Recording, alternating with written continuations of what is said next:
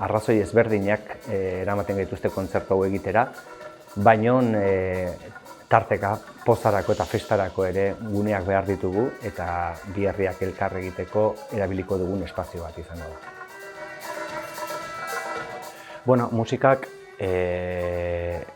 esan egiten du, salatu egiten du, sentsazioak edo sentimenduak adierazteko balio du, bide ona da hitzaren bitartez, baina baita musikak ritmoa dauka eta poza dauka bere hortan eta festa dauka eta esan behar dena esatea eta gainera pozaren bitartez formula edo bide ona dela.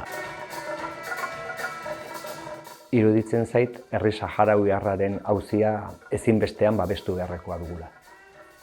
Zapalduak izan diren herriak edo zailtasunak izan dituzten herriak elkarrenganako hurbilketa hori normala eta zentzuzkoa dela.